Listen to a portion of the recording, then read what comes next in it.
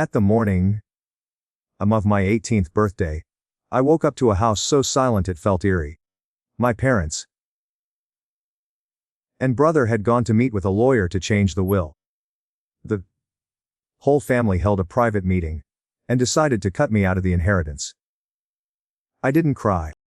I simply made myself a cup of coffee, picked up my phone, and called a law firm. I need this house sold within 12 hours. I stared at the empty kitchen, the muted spilling through the window, casting long shadows on the hardwood floor. It felt strange, like the air had thickened with the weight of everything unspoken. The house, once filled with the chaotic energy of family, felt lifeless now. Just a shell of what it used to be. And our hair. I used to hear my dad's loud footsteps, the clink of dishes as he pretended to care about breakfast. But today, there was nothing. No loud laughter, no rushed good mornings. Hair. Just the quiet hum of the refrigerator and the slow drip of coffee into my mug. I sat at the kitchen table, the quiet too loud for comfort. My fingers tapped the ceramic cup, feeling the warm steam rise. I hadn't felt this alone in years, but I wasn't surprised. After all, my entire life had been a rehearsal for this moment. Where I finally realized, in the most brutal way, that I had always been on the outside. Even now, the silence wasn't a relief, it was suffocating. The Twilight text from my brother, Dylan, buzzed on my phone, his name flashing on the screen with that all too familiar coldness. We're handling something important. Just chill today, sis. I didn't respond. There was no point. They've been doing exactly what I had feared. Leaving me out of everything. As if I were nothing more than a ghost in my own family. I died. I'd spent my entire life trying to prove I was worthy of their love. Only to find out I was just a second thought. I ran my finger. Oh, my finger over the edge of my phone. The cold metal a stark contrast to the warmth of the coffee in my hands. For a moment, I thought about the last time I saw Dad's face light up. It wasn't for me. It was for Morgan, my younger sister, the one they always favored. She was the golden child. The one who could do no wrong, and then there was me. The quiet one, the one who worked in the shadows, never receiving any recognition. I had always believed things would change. That one day I would matter. But as I sat there, the realization hit me hard. Nothing would ever change. The house was just another thing they would take from me. Just another reminder of how little I meant to them. It was almost laughable. The past few years, I'd worked harder than anyone, sacrificed everything for them. Long hours at a dead-end job. Taking on extra shifts to help cover bills they couldn't pay. And what did I get in return? A cut from the will. Erased as if I had never existed. But I wasn't going to let them have the last word. I stood up, walking to the counter, where my laptop sat open. The screen flickered as it loaded, a reminder of how carefully I had planned this moment. It wasn't just a house. It was my future, my independence. Grandma Evelyn had set it up years ago, an irrevocable trust, giving me the power to make decisions. To act. When everything else was falling apart. The green flash of the trust portal opened in front of me. And I felt a sudden rush of clarity. This was my moment. I wasn't going to sit around and wait for someone to give me what I deserved. I was going to take it. I picked up the phone again and dialed the number I had stored for months. "This is Delaney Quinn," I said when the lawyer answered. "I need this house sold. Today. 12 hours. Cash wire transfer, full deal." The lawyer was quiet on the other end, likely stunned by the urgency in my voice. But I didn't care. I was done waiting. I didn't need anyone's permission. Not anymore. Each one his family had ankle-length hair. I glanced out the window, watching the neighborhood waking up, the world moving on, unaware of the storm brewing inside me. The day had just begun, and already, everything was changing, the house, my family, everything was slipping away. And for the first time, I didn't feel an ounce of regret. I felt power. Real, undeniable power. I stared at the phone for a moment after hanging up with the lawyer, feeling the weight of my decision settle in. It was final now. There was no going back. My family had already made their choice. And now, I was making mine. It wasn't just about the house. Each woman in fankle hair. It was about something bigger. Something I had been avoiding for years. The truth of who they were, and who I had become in their eyes. Nilfar, Fawn. I buzzed again, and for a split second, I thought it might be Dylan, or Dad trying to explain, trying to pull me back into the fold.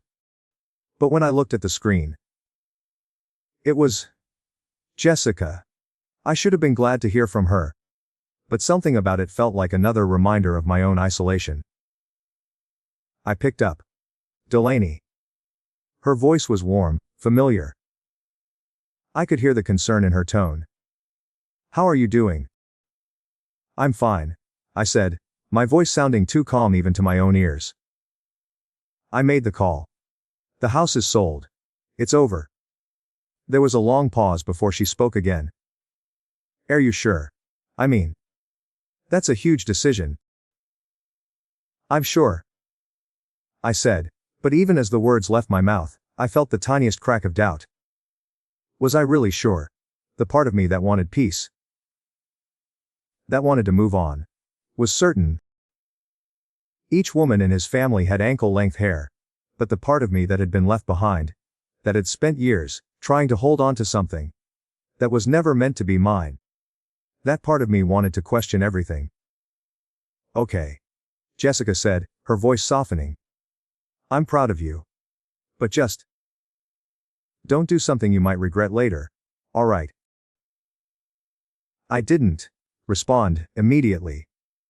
Regret. I had already been living with regret for so long. Regret over everything I had done for them. His family had had ankle-length hair, only to be cast aside when it mattered most. Regret over thinking I could ever be enough for a family that had never really wanted me. I finally muttered. But I can't keep pretending, Jess. I've been pretending for years. And it's not just the house. It's everything.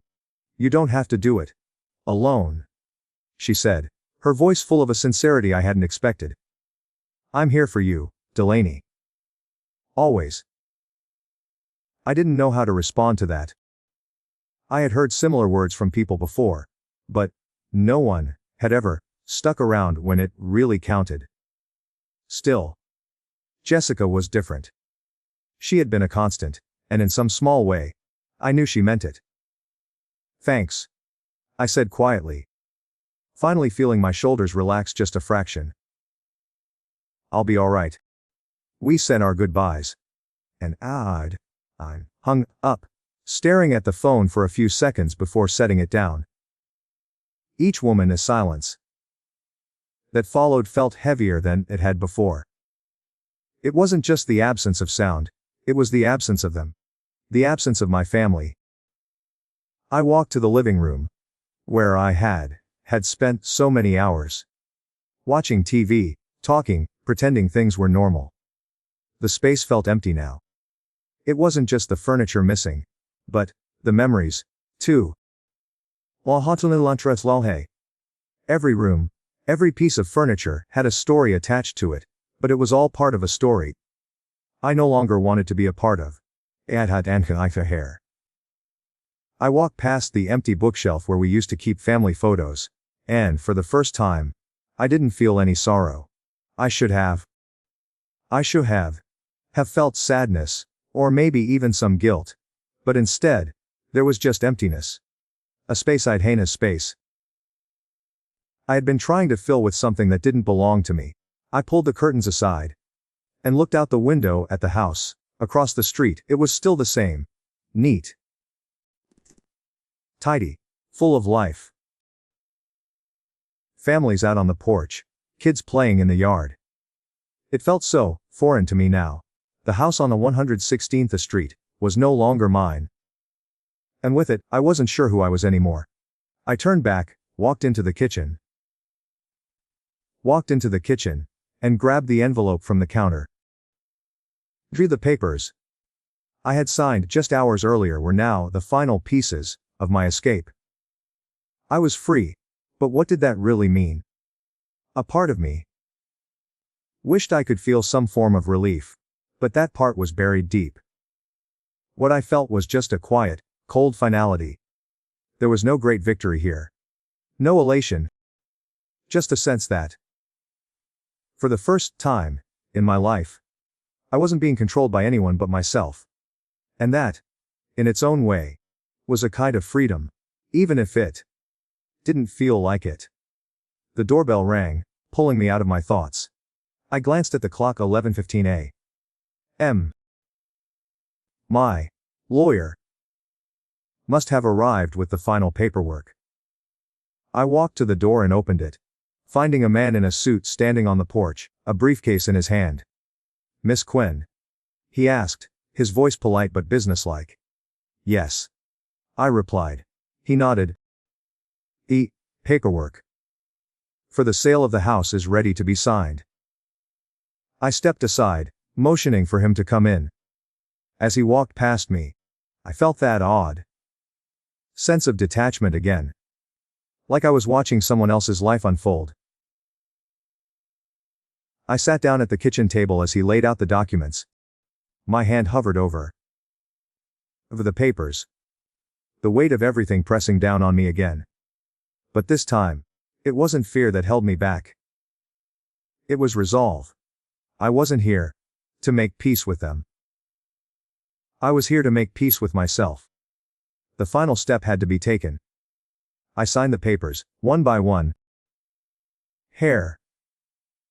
Each signature was a step away from them.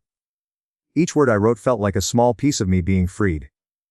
When I was done, I looked up at the lawyer, who was already packing up his things. "It's done," he said, nodding as he closed the briefcase. I stood, walked to the door, and held it open for him. "Thank you," I said, the words sounding more final than I expected. As he left, I closed the door behind him and leaned against it. I had finally made the decision to stop living in their shadow. Now, I just needed to figure out what came next. Each woman in his family had ankle-length hair. After the lawyer left, I spent the next few hours in a haze, the adrenaline from signing the papers still coursing through my veins. The harness hacket. The house was officially no longer mine. It felt like I was floating, disconnected from everything around me.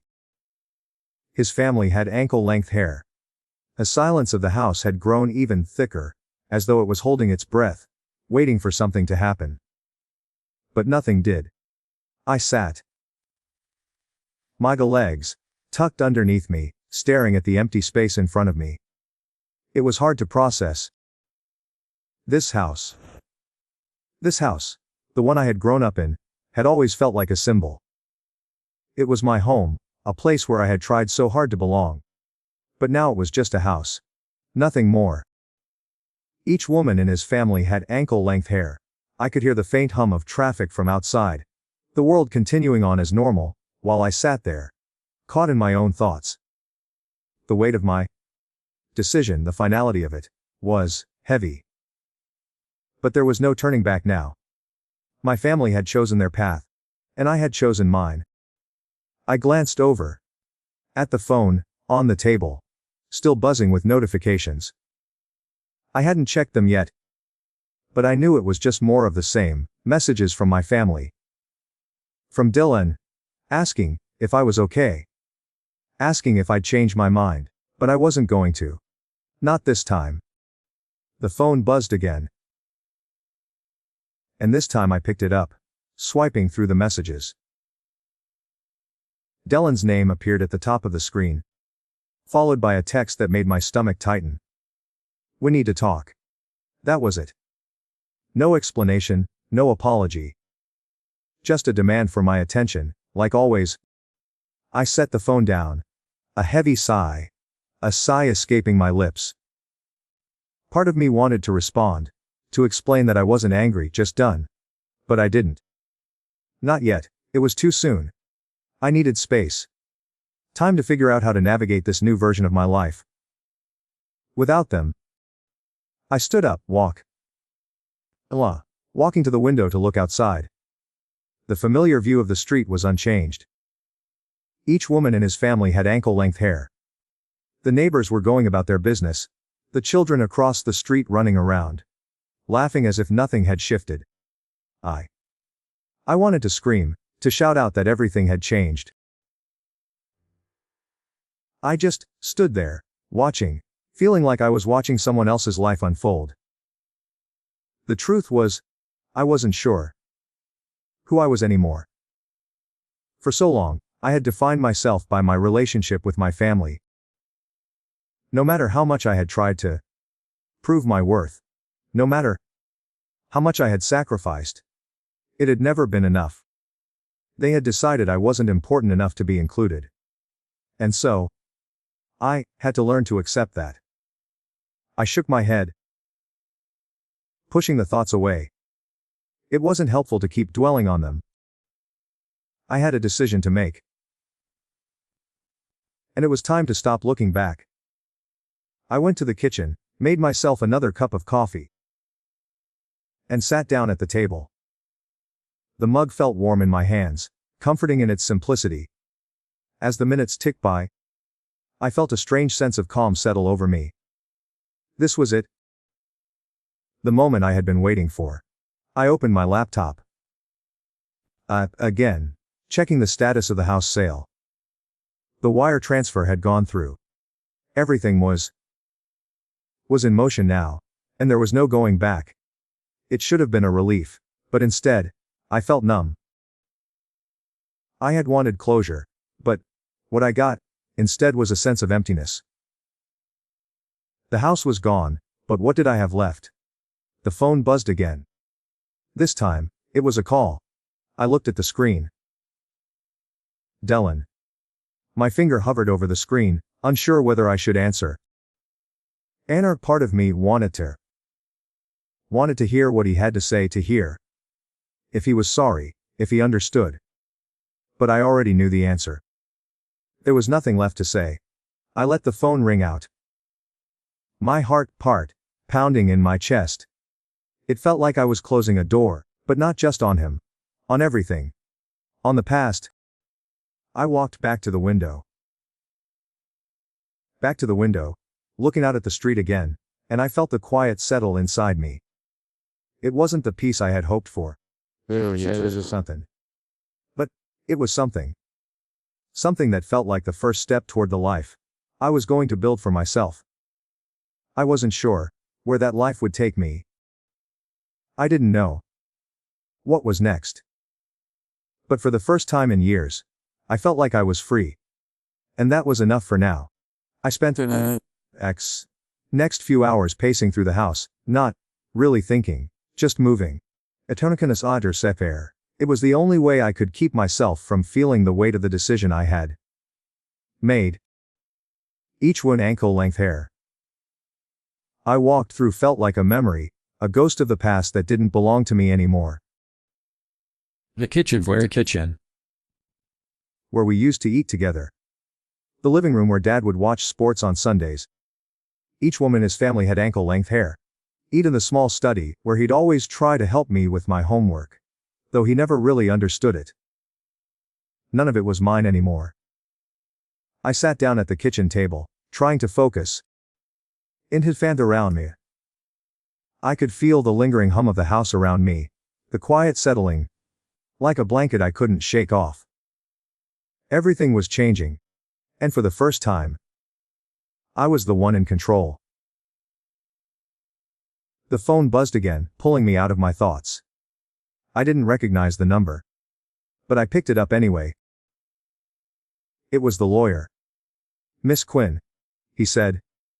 His voice businesslike. "The sale has been processed. Everything is moving forward. You'll receive the wire transfer within the next few hours." I nodded, even though he couldn't see me. "Thank you," I said. My voice steady, but inside, a storm was brewing. An avalanche hair. The reality of it was starting to sink in. I was walking away from everything I had ever known, and I wasn't sure if I felt relief or dread. Or, welcome. "I'll notify you when everything is finalized." I hung up and leaned back in the chair, staring at the phone in my hands. I hadn't expected it to feel like this, empty, like I had crossed a line I couldn't uncross. I imagined this moment in 1,000 different ways. But none of them felt right. None of them prepared me for the silence. The void that had opened up between me and everything I had grown up with. I walked into the living room again, feeling the absence of the furniture, the photos that once filled the shelves. It was like the house itself had stopped existing as soon as I made the decision to sell it. It wasn't mine anymore. And the weight of that realization hit me harder than I expected. I sat down on the floor, my back against the cold wall. I had never really been comfortable in this house, not truly. I was just passing through, trying to earn my place, trying to fit into a family that never really understood me. And now, I was finally letting go of the idea that they ever would. The doorbell rang, sharp and sudden, breaking the stillness. My heart skipped a beat. It was too early for anyone to be here. I stood up quickly, my mind racing. I opened the door half expecting to see Dylan or Dad standing there, trying to convince me to change my mind. But it wasn't either of them. It was a moving company, their truck parked in the driveway, ready to take everything I had left. The man in front of me, with a clipboard in hand, looking like he was in a hurry. "Miss Quinn, we're here to take the remaining items from the house. We've got a window of about 2 hours to get everything out." I stood there, frozen for a moment. It felt surreal, like I was watching someone else's life play out. This wasn't supposed to be how it happened. I wasn't supposed to be the one asking strangers to come in and take everything away. "Yeah," I said, my voice sounding distant even to me. "Come on in." As the movers started going through the house, packing up what little I had left, each woman in his family had ankle-length help, but feel like I was watching the last pieces of my life being loaded onto a truck. It wasn't about the things, furniture, clothes, or even the memories attached to them. It was about the weight of everything I had held on to. Everything I had tried to salvage, that was finally slipping away. I walked upstairs, my feet heavy on each step, and went into the room I had grown up in. It was strange to be here again, with the walls still painted the same pale blue. The bed I had slept in for so many years, still sitting where it had always been. But none of it felt real anymore. It was like I had stepped into a past that no longer belonged to me. I picked the old photo album from shelf, flipping through the pages, filled with pictures of me as a kid. My fang folly. The smiling and pretending everything was fine. The faces in those photos didn't feel like mine anymore. They were strangers, people I had once known, but who had become part of a life I no longer wanted. I closed the album, my fingers lingering on the edges. It was time to leave it all behind. Downstairs, the movers were finishing up. They'd packed everything I had left. Everything that mattered to me. And in just a few hours, it would all be gone. I walked to the front door, glancing back at the house one last time. It felt like a lifetime ago that I had imagined this moment. The day I would finally be free of them. Free of the family who had never seen me for who I was. I stepped outside, the cool air hitting my face, and closed the door behind me. The house was gone. But I was still here. Standing in the quiet. The quiet of a new life, ready to move on. The next few hours felt like a blur, the house emptying out, piece by piece. The movers were efficient. Hardly sparing a glance. As they packed the last of the things into their truck. I should have felt something, maybe, sadness, or anger. But I didn't. It was as if all the emotions I should have had been drained away. Replaced by something that felt like cold detachment. I stood by the door. Watching them work, unable to move. Like I was watching someone else's life unfold in front of me. The house. The home I had grown up in, wasn't mine anymore. Not just the ownership, but the connection. The years I had spent trying to hold on, trying to matter, had been reduced to nothing. They weren't my family. Not really.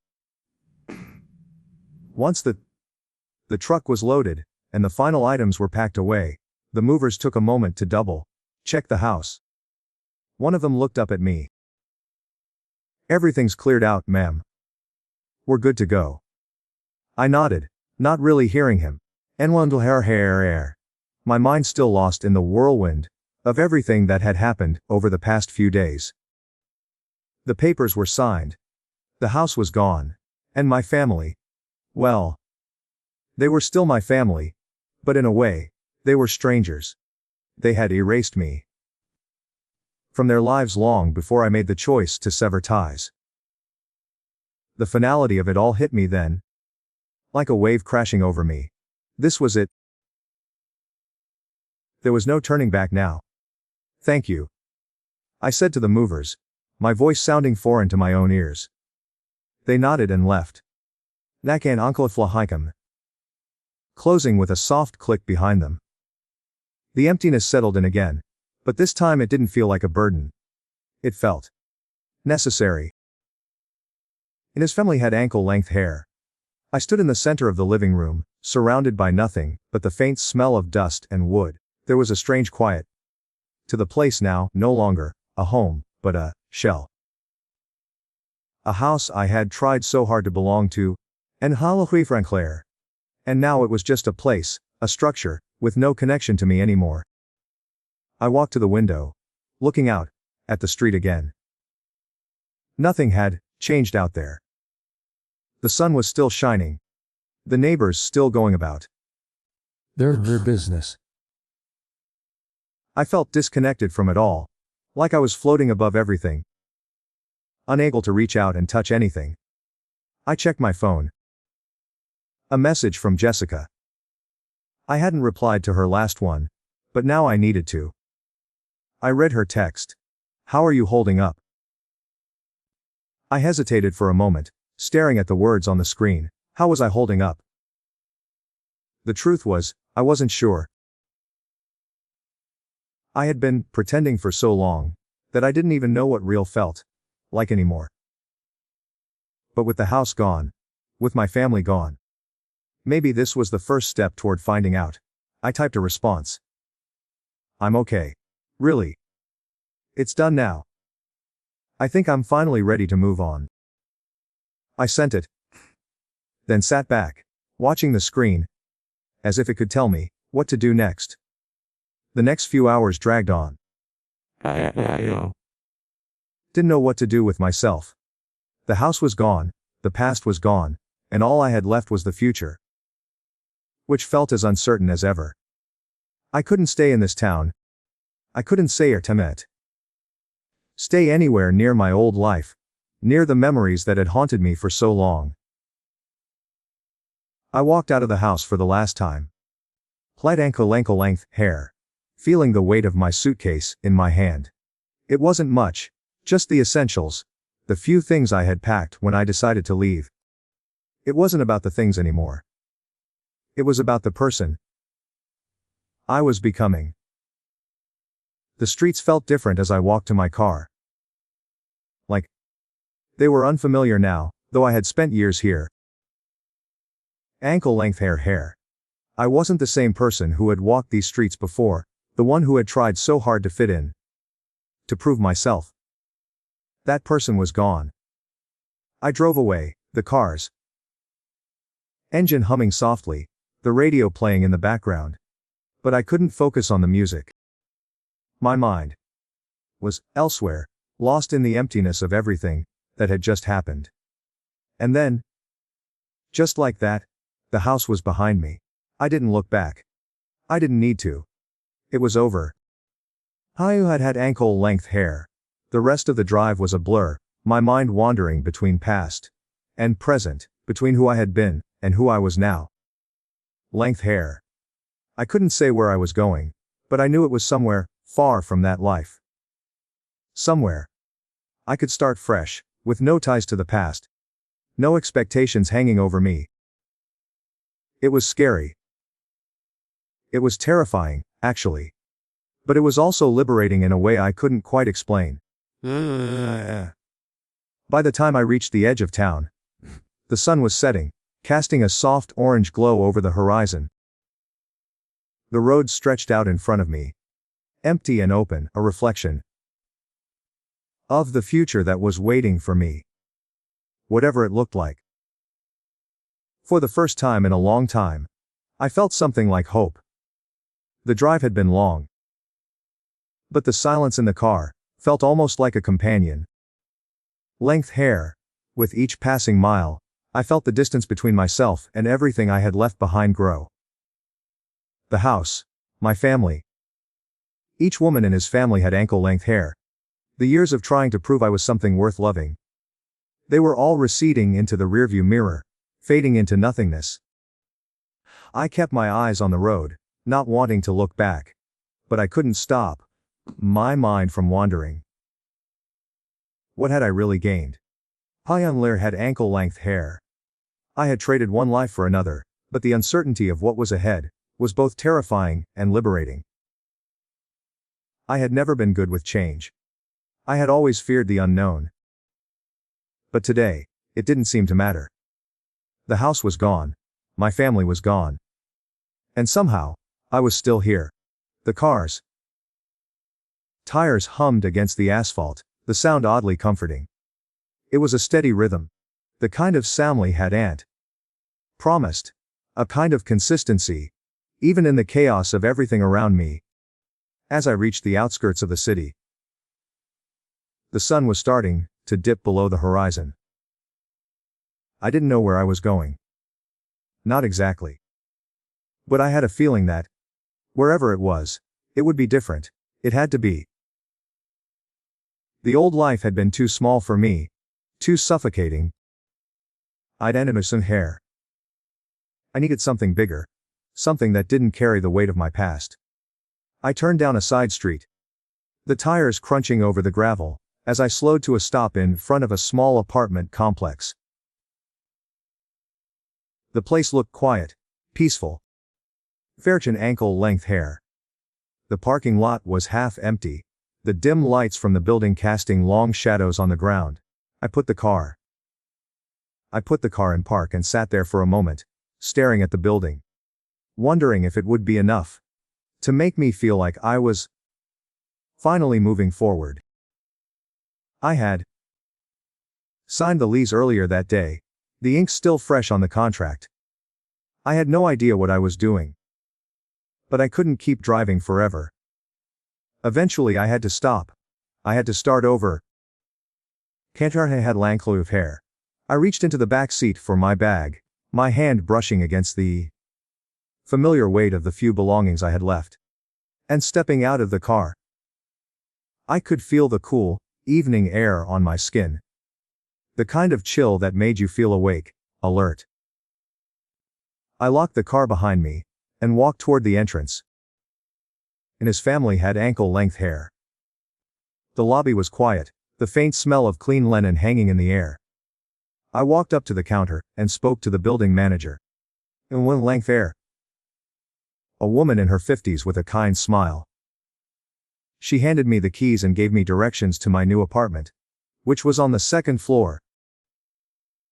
Each woman's family had my way down the narrow hallway, my footsteps echoing against the tiled floor. I couldn't help but feel a sense of finality. This was it. This was my new life, starting right now. When I opened the door to my apartment, I was surprised by how empty it felt. The space was small, but there was room for everything I needed. Just enough for me to breathe. The walls were plain. The carpet soft. Underfoot. The smell of fresh paint lingered in the air, mixing with the faint scent of wood from the furniture. I set my bag down on the kitchen counter and walked over to the window. From here, I could see the city skyline in the distance, the lights beginning to twinkle as night. It was beautiful in its own way. Different from the view I had from the house, but still something I could grow into. I pulled the curtains open, letting the last light of the day flood into the room. It felt like a new beginning, a chance to finally be someone I could be proud of, someone who didn't have to prove anything to anyone, someone who could simply live.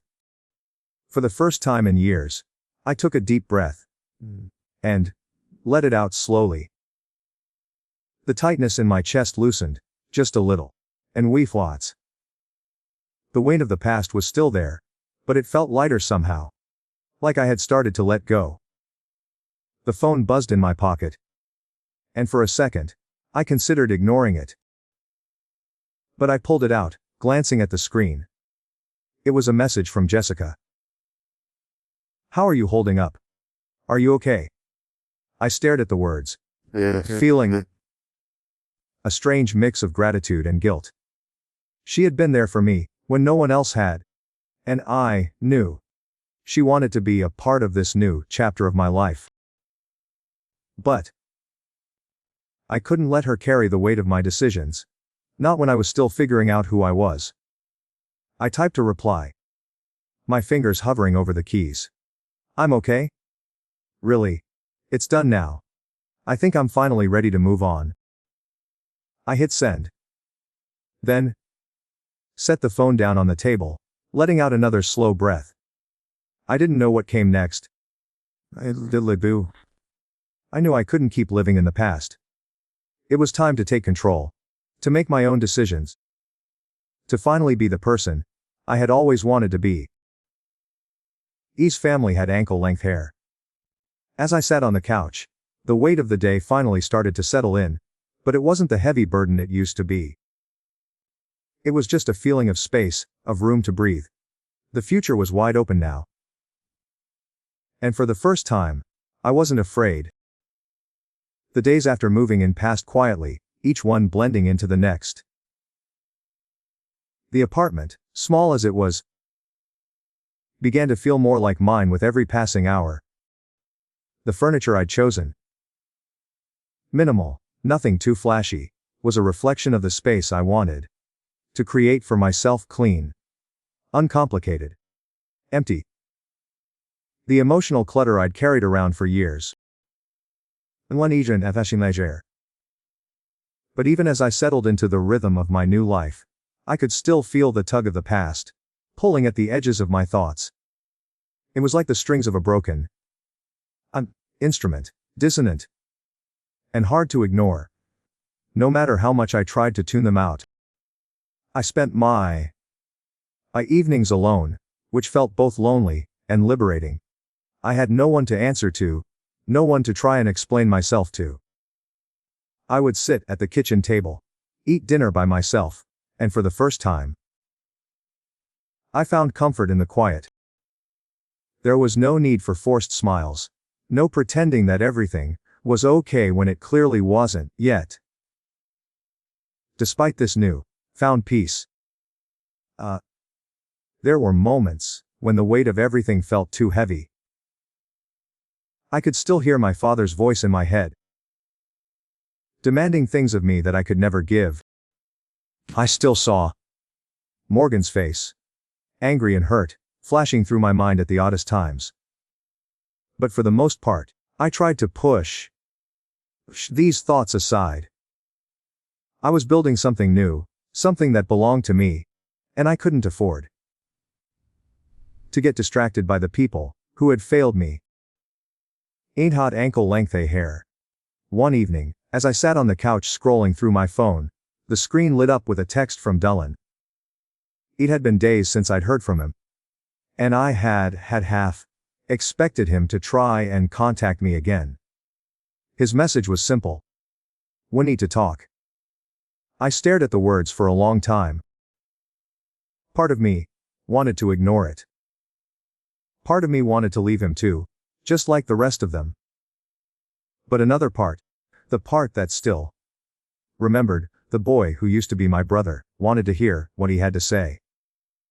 Maybe, just maybe, he would understand. I took a deep breath. My finger hovering over the keyboard, I typed out a reply. Then deleted it, then typed it again. What do you want? Dylan. The response came quickly. I don't know what happened. Del. But I need you to know. I didn't agree with what Dad and Sandra did. The words felt too simple. Too easy. Like they were coming from someone who didn't fully understand what had happened. In his family had ankle-length hair. I read it over and over, trying to make sense of the message, trying to find some sign that things could be different.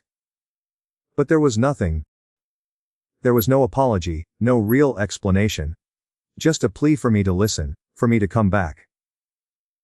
I exhaled slowly, setting the phone down beside me. Silence that followed was deafening. I couldn't go back. I couldn't pretend that things could be fixed, just because he said so. Not after everything they had done. I turned my attention back to the apartment around me. The quiet space that had started to feel like home. There were no texts, no calls, no expectations. I didn't have to answer to anyone anymore. I could simply exist. A non-knock. A knock at the door broke the stillness, and my heart jumped. It was strange to hear the sound, almost foreign in the silence of my new life. I stood up, my feet heavy on the floor, and walked toward the door. When I opened it, I was surprised to see Jessica standing there. Her face warm with concern, but also something else, a kind of understanding I didn't expect. Hey, she said, her voice light, though I could see the tension in her shoulders. Can I come in? I stepped aside without a word, letting her in. As she walked past me, and had ankle-length hair, I noticed how much smaller my apartment felt with someone else in it. It was still my space, my new beginning, but somehow, with her here, felt different. Jessica turned to face me as soon as I closed the door behind her. I've been thinking a lot about you, she said, her voice soft. I know you're probably still processing everything. And I know you're trying to move on. But I just wanted to remind you that you don't have to do it alone. I swallowed hard.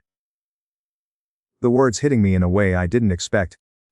I hadn't realized how much I needed to hear them. I don't know what I'm doing, I admitted, my voice rough. I thought I'd feel something different by now. Something better, I guess. But I still feel like I'm waiting for something. For someone to tell me it's okay, for it to all make sense. Jessica stepped closer, her eyes searching mine. You're doing the best you can, Delaney. You're not broken just because you're not okay. It's okay to feel lost sometimes. It's okay to not have it all figured out. I nodded slowly, the lump in my throat threatening to choke me. I wasn't used to it. I used to this. Having someone actually care about what I was going through. For so long, I had carried everything on my own, thinking I didn't need anyone. But in this moment, I realized how wrong I'd been. You've come so far, Jessica continued, her voice steady and warm. Jor had ankle-length hair. You're not alone in this, even if it feels like it. And no matter what, I'm not going anywhere. For the first time in a long time, I felt something stir within me. Something that wasn't numbness or regret. It was a flicker of hope, small but enough to start something new. I smiled, though it was small, uncertain. Thanks, Jess. I needed to hear that. She smiled back, and for a brief moment, the weight of everything I had lost didn't feel as heavy. It was still there, but it didn't define me anymore. I had a future ahead of me. And maybe, just maybe, it wouldn't be so lonely after all. The days blurred together, each one a little more ordinary than the last. I had moved in, settled into a rhythm. And for the first time in a long time, I felt like I was starting to breathe again. The noise of the past, the house, my family, the feeling of being unseen, was fading away. Each woman in his family. It didn't feel like I was running from something anymore. It felt like I was finally walking towards something new. I spent most of my time focused on my studies, on building something for myself. Purdue was my escape, my future. I poured myself into it, letting the pressure of assignments, exams, and long hours in the lab distract me from the things I didn't want to think about. It wasn't a perfect distraction, but it worked. Jessica and I kept in touch, which had always been friendship. Felt comfortable, felt different now, deeper, more genuine. Heart. It wasn't just the shared moments of laughter, the easy camaraderie we had always enjoyed. It was the quiet understanding between us. The way we both knew what it felt like to be alone, to have to rebuild. Each one ankle-length hair. She invited me to her place one night, to catch up over pizza. I hadn't been out much, not with all the studying. But something about the invitation made me want to say, yes. Lighter ankle-length hair. I wasn't sure, if it was the need for connection or, just the feeling of wanting to take a break from my own head. Either way, I agreed. Her apartment was cozy, nothing extravagant, just a space that felt like her, a bit messy, full of personality. As we ate, we talked about everything and nothing. Work, life, things that didn't matter and things that did. She asked how I was doing. But I could tell she wasn't just asking out of politeness. She genuinely wanted to know. I'm good, I said, a little more honestly than I had been expecting to. I'm figuring it out. Slowly, but I am. She smiled at me, a knowing look in her eyes. You always were. Stronger than you gave yourself credit for. I didn't know how to respond to that. The truth was, I didn't feel strong. I still felt fragile at times. Like the foundation I was standing on wasn't as solid as I wanted it to be. That moment, with Jessica sitting across from me, looking at me, like she actually saw me for the first time, I felt something shift. Maybe I was stronger than I realized. As the night wore on, we sat on the couch, talking about our hopes, our dreams, the usual things friends talked about when they weren't bogged down by their own fears. It felt good, light. For the first time in weeks, I wasn't worried about what came next. I wasn't thinking about the past. I was just existing. Present. When I left her apartment that night, I felt different. Depression had him. Not in a dramatic way, but in a way that felt like I was finally letting myself move forward. Letting go of what had happened, and what I couldn't change. And allowing myself to be a part of something else. Something better. The next morning, I woke up to the same stillness I had gotten used to. The silence was no longer suffocating. It was just part of my new normal. I had grown accustomed to it, and with that, I started to grow. Comfortable with who I was becoming. I was in the middle of making breakfast when the phone rang. I didn't recognize the number, but something told me to pick up. Delaney. It was Dylan. My heart skipped a beat. I know we haven't talked much, but I needed to hear your voice, he said, his voice low. Dad and Sandra. They don't get it. I'm sorry. I didn't know how to stop them. I was quiet for a long moment. Part of me wanted to snap at him, to tell him everything I had been holding inside for years. But another part of me knew. He was just as lost as I had been. He wasn't responsible for what had happened, and maybe, just maybe, he was finally trying to understand. It's not just about them, Dylan, I said quietly. It's about me. It's about how much I've given, and how little I got in return. I don't know if I can go back to that. He was silent for a moment, then spoke again, more gently this time. I get it. I really do. But you're my sister, Del. I don't want to lose you. I closed my eyes, the words sinking in deeper than I expected. The truth was, I didn't want to lose him either. But I couldn't go back to the way things had been. I had to protect myself. I had to protect myself now. I'm not asking you to go back to the way it was, I said, my voice steady. But I'm willing to move forward. I just need to do it. On my own terms. For once. There was another long pause, and then I heard him sigh. Almost in relief. I can respect that, he said quietly. Take your time. I'll be here when you're ready. I hung up, not feeling the weight of the conversation, but instead, a strange sense of peace. Maybe it wouldn't be perfect. Wad lankle a hair. Maybe there would always be pieces of the past lingering, but for the first time, I felt like I was putting the pieces of myself back together. I wasn't her Sam. I wasn't the same person I had been a few months ago. I wasn't the same person I had been just a week ago. But I was learning to accept that change, to embrace the uncertainty of it all. As I stood in the kitchen, staring out the window at the morning light, I realized something. This was my life, now. The past was behind me, and though it had shaped me, it didn't define me anymore. The future was open, waiting for me to step into it. And, for the first time, I wasn't afraid to walk through that door.